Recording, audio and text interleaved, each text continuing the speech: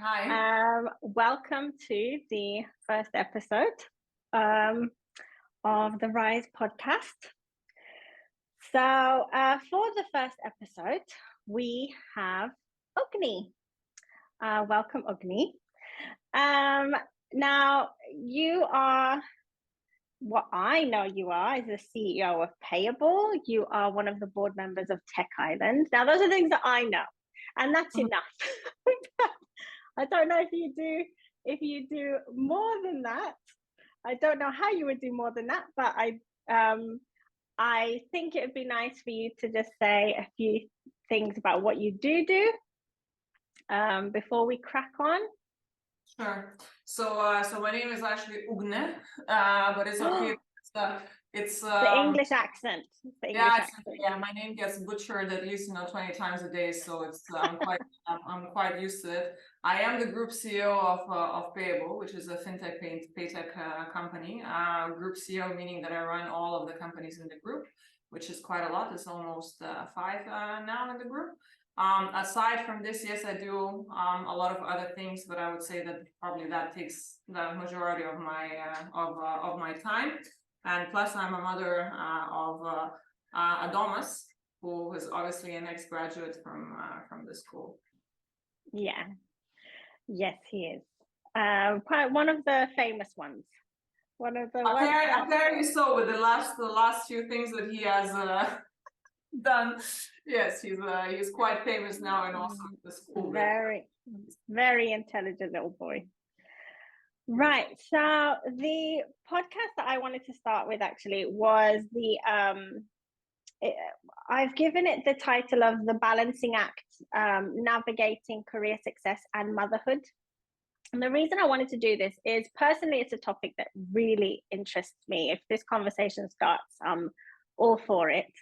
And I think it's just very relatable topic. It's something that I get asked about a lot. It's something that I meet a lot of mums doing my job, and it's one that it's just a big thing that mums either worry about, they have questions about, they stress about, or they're proud of. So I personally really like this topic. That's why I wanted to start with it. And one of the reasons I contacted you to do this with me is because you, as a career woman and mother myself, you are like my hero mum.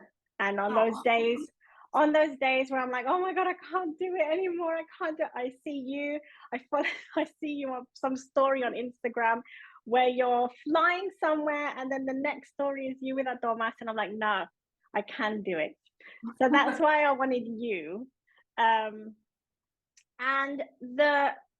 somebody might ask me, what has this got to do with early years? To me, early years doesn't only have to do with ABCs and 1, 2, 3s. It actually has to do less with ABCs and 1, 2, 3s, and more with the environment that children are raised in, whether that be the where they live, or their habits, what they eat, everything they hear, everything they watch. And one huge experience of that is the mother, is what the mum does and what they see the mum doing. So I think this is what it has to do with early years. To start this off, I wanted to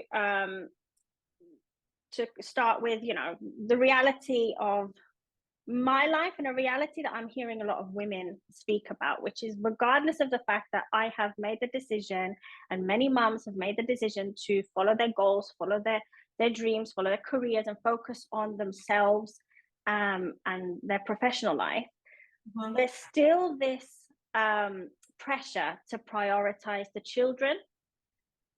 Is this a reality for you? Is this your experience as well? Look, I think I have to set things straight. Children is always a priority, no matter what you do, and no matter what kind of job you do, right? Yeah. But you also have to prioritize yourself and what makes you happy. You can only be a good parent if you are fulfilled and if you're happy and you're the best version of yourself.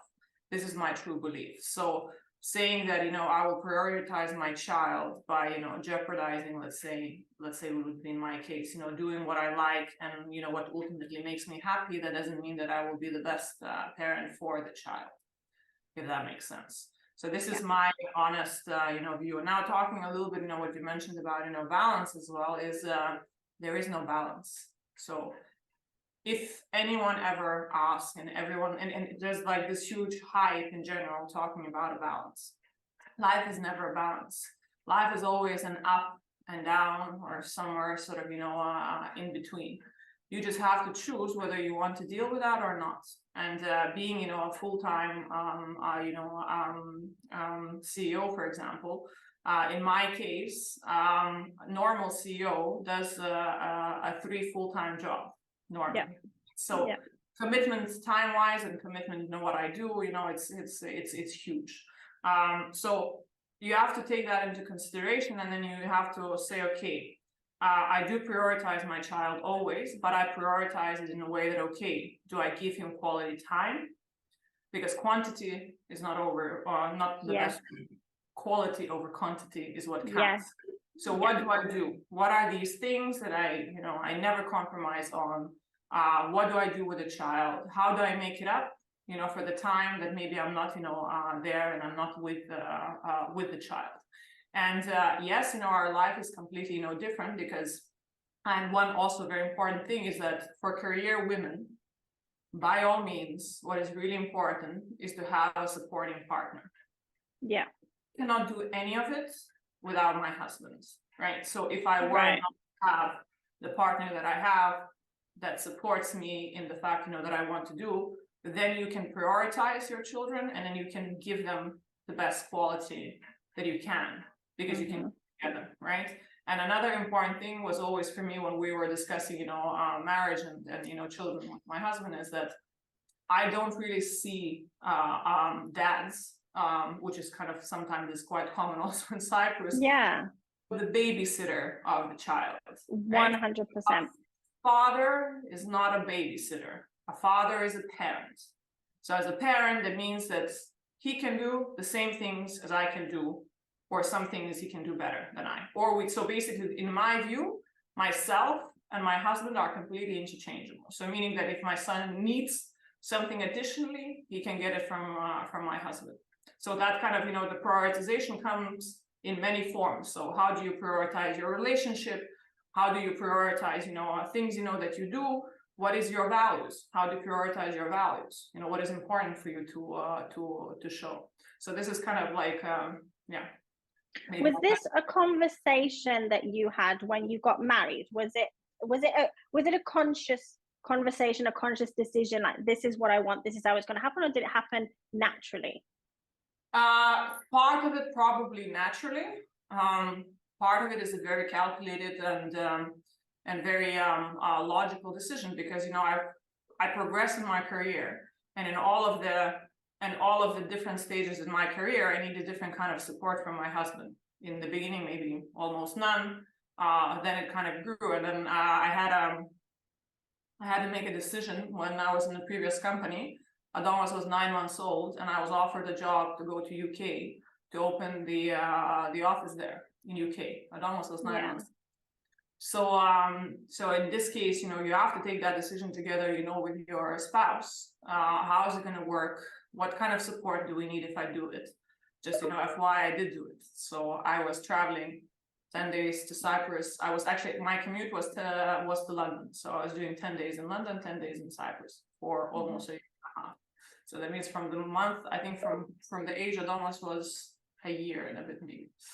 So it's a conscious decision, because if you're not, it's like, okay, any relationship that you have, whatever the relationship is, with your child, with your spouse, with your friend, with anyone that you meet, you have to define and you have to communicate what is it that you want from each other, right? So marriage, it's what you do a lot. So you communicate to one another, and basically, if you want to do it, and if you want to do something that impacts the whole unit of your family, then of course it's a conscious decision that needs to be talked through in details. So we set up a plan. How do we do it? We're going to have parents coming over more frequently so that they can help with the domos. We're going to get a nanny for that period. They're going to fly over to London, to visit me, and not only in London and wherever else I was. So yeah, you don't take these decisions lightly, but I always, the person that I am, whenever I am, wherever I am at a given situation, I always where I want to be. I always know where I want to be. So if I'm doing something, I know what is the next step. So I'm very goal oriented and very career oriented. I always was. For me, that was not anything different. So basically, we're with my husband together for 13 years, and he's seen the very consistent growth. So of course, the communication is different from the different times in your life when there's less responsibility, more responsibility, but if you don't communicate to your spouse, then it's not possible to do anything. And obviously, if you don't get support. Mm-hmm. I love the fact that you did mention support, because I think it is a really important component to all of this. I don't think, from my side, there is no way I could have done it without a supportive husband. But also the support that I get is to be honest, a lot of emotional support, because you've said that you've always been this goal-oriented career woman, and it's always been like that for you. But there are these women, with myself included, where I never actually had that in mind. I was always this, this mother figure, and I had this dream of I'm going to be a mum, and that's what I wanted. And then I had my kids, and I had my kids to actually realize, no, I want a career actually. And the reason I want a career is because I want my kids to actually see that a woman can have a career, and she can have her children, and she can do it all. But because I wasn't this type of person from the beginning, I wasn't a career woman from the beginning, I have these days where I feel this insane guilt, this incredible guilt inside me that I'm not giving enough to my kids. And you mentioned balancing, and you said there's never a balance. No. And I feel that. And I was worried that you were going to say to me, you've got a balance and you've got it. And I'm like, where can't I find that? Because I feel that I go through stages where I'm putting a lot more of myself into work, and my children are kind of living their own life. And then there's other stages I'll put a lot more into my children, and my work is kind of running on auto, let's say. Do you feel this guilt that I feel? So first of all, always feel the guilt, and I felt the guilt for many years, and sometimes the guilt is reinforced by the surroundings as well, because what I do is not typical, and what I do is not common in the arrangement, and even in marriage, or in in the way the children are brought up. So the fact that I feel guilty every day, for every meeting I take, for everything that I miss, for everything that I do not see. I always feel guilty. But that's what I said, that's why there's no balance. I mean, but I like what I do. So when I go to the office, I love what I do. I love my job.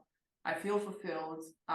So I take it as I'm trying to find the word. So I take it as a part of the fact that I get to do what I have to do, or I want to do, right? So I take that guilt as a part of this, narrative. So I'm doing the things I like. It makes me a better person. But the guilt, I don't think that it will ever go away. And this is something that you have to decide whether you can live with, right? Because if you decide, okay, this is too much for me, and then, when I will grow old, and I will say, I missed all of those days, with my sons or, my daughters, and if that's going to eat you up, then stop. Don't do it. Do I really think that it will eat me up? Maybe some part of it, but on the other side, as I said, because I'm doing something very fulfilling for myself, and I was never defined as a mother. That's another thing. I never, when I was thinking about children, I never thought that, all I want to do is, be a mother. So I never define myself as a mother. I define myself as Ugne. So as Ugne, as what I do, and I'm also a mother. So that's also kind of a different in view of how you look at it, right?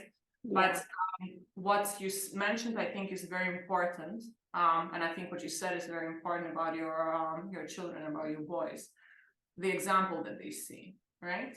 So I'm kind of confident enough that I'm setting the right example for my child. To be honest, I think this guilt that we feel, because one thing I was told when I started having children, my mum said it to me actually. She said to me, "You're going to feel mum guilt." And I said, "What is that?" And they had no idea what it was. And then I had children. I realized, oh, it's mum guilt. Yeah. And she told me that's not going to go away. And when I speak with Tony, when I speak with my husband, he doesn't feel this guilt. And I say, you know, if he misses something, or if he can go a whole day and not see them, do you feel guilty? I ask him, and he says, no. And when I say why, he says, because I'm doing it for them. What I think possibly is that this guilt that we as women feel, unfortunately, I think it does come from societal pressures, that we have to be those mummies, and we have to be there to, you know, when the children get home from school, and we have to cook them. If I don't cook my children a meal because I'm exhausted, I say, no, we're going to get some takeaway. Instead of saying, you know, that's fine, which is what Tony says, I feel guilty.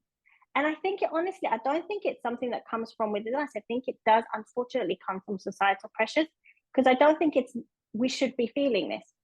And I don't know if all women feel this.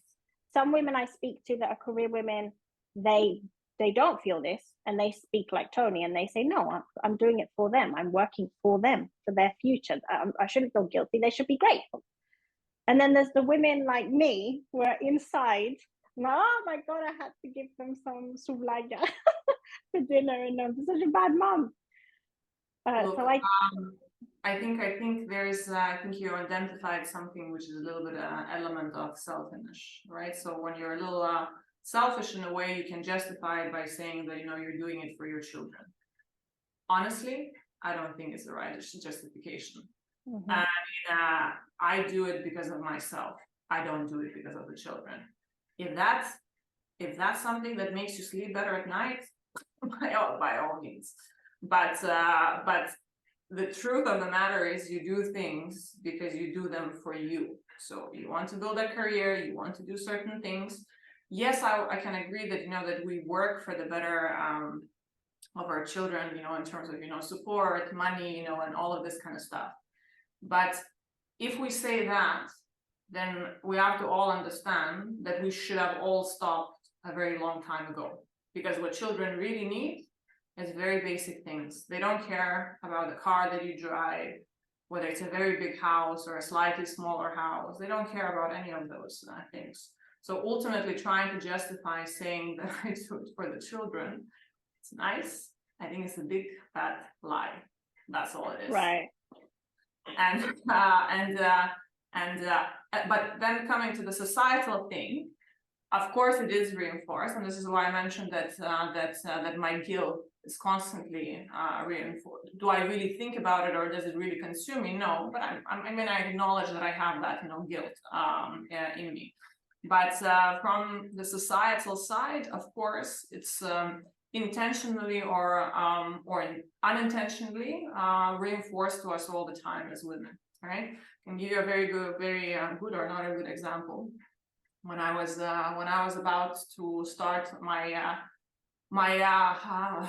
trips, or my working basically trips between UK and London, so effectively living between Cyprus and UK, I had a client meeting, clients that I know also for many years. So that if it was probably around 5 years ago. So I've known them probably around 5 years by that time.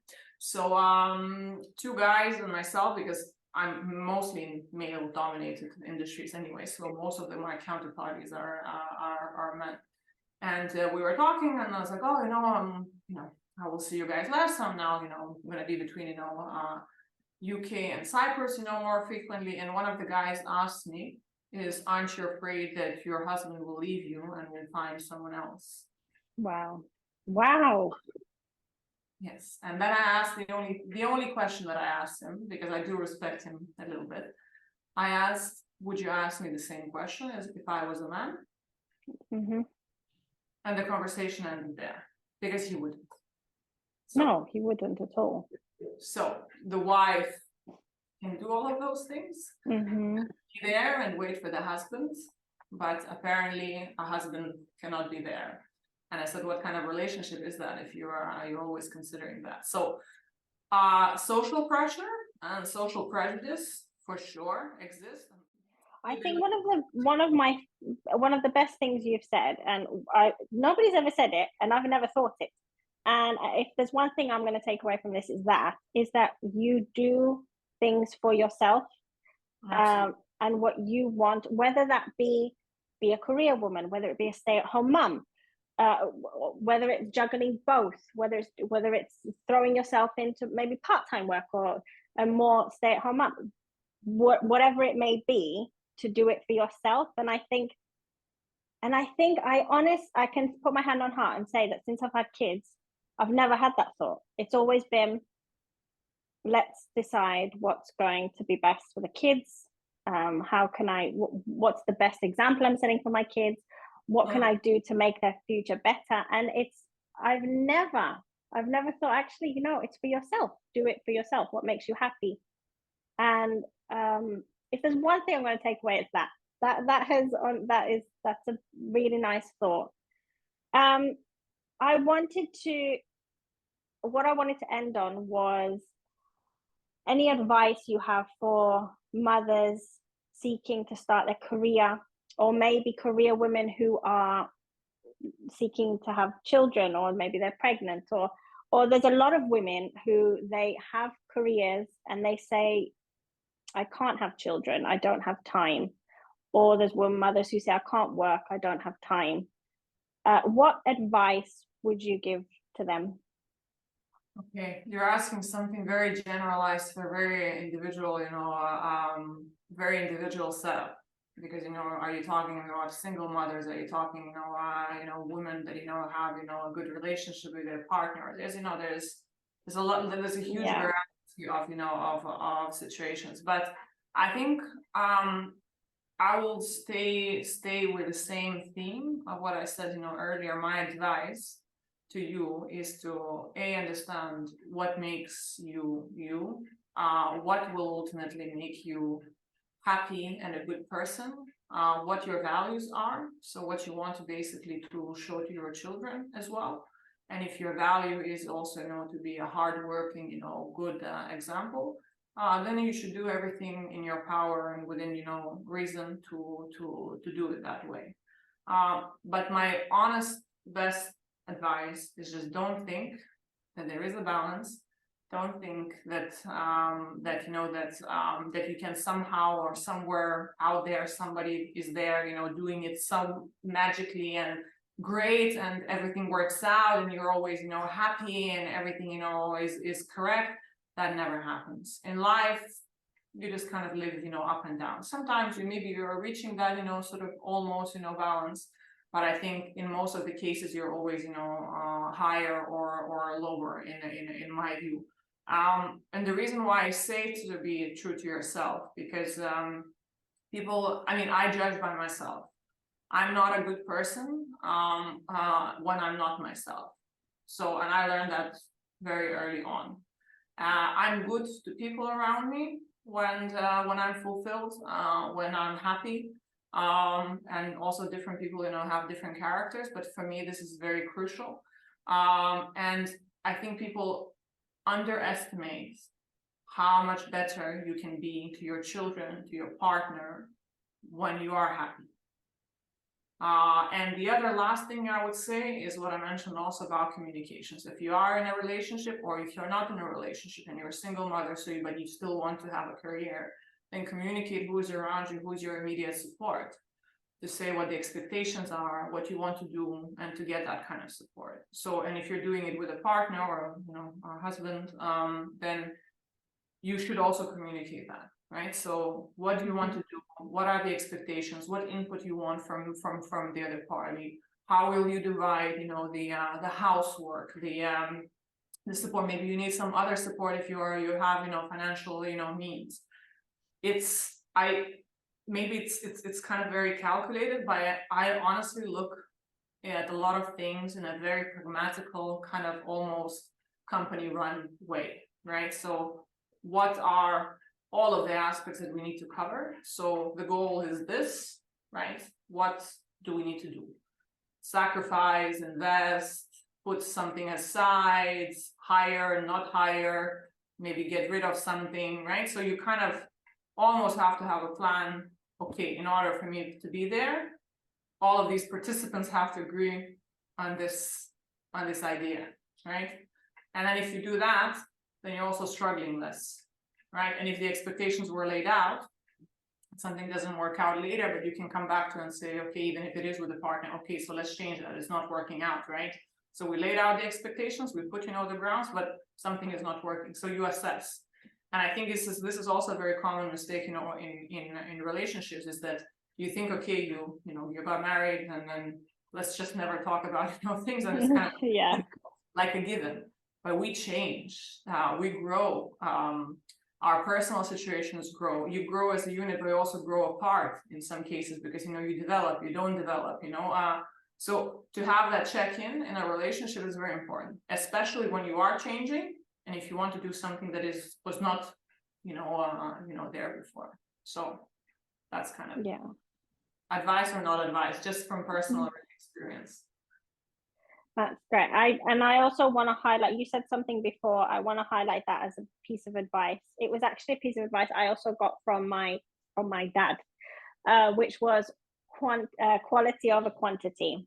It was when I first started out in my career, and I started working many hours. My dad said this to me, because my dad is a doctor. He was worked many hours from the time we were very young.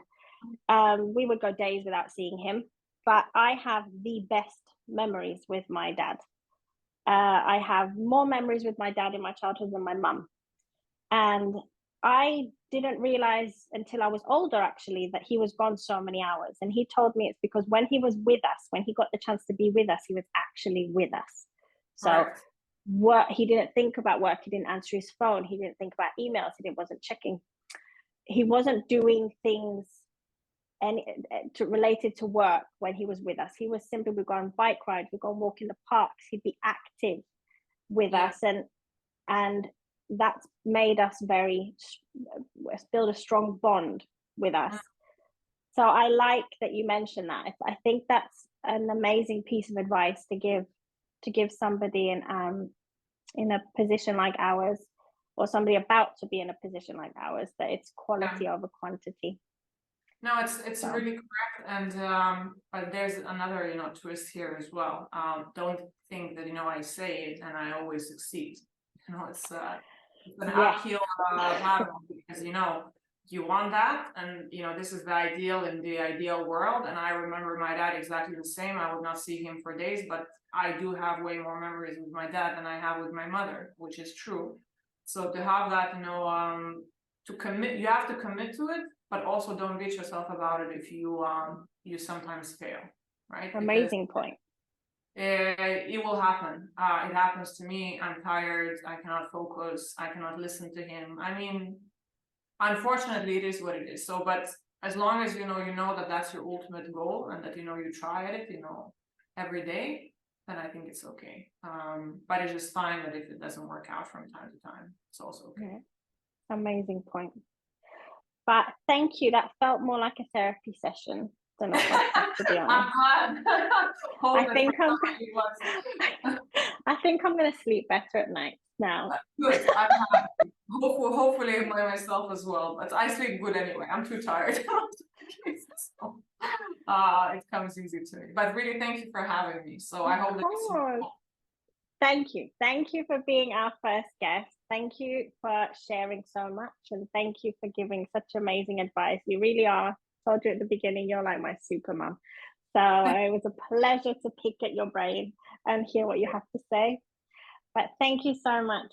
Thank you so much. And we will speak soon. Bye, love. Take care. Bye.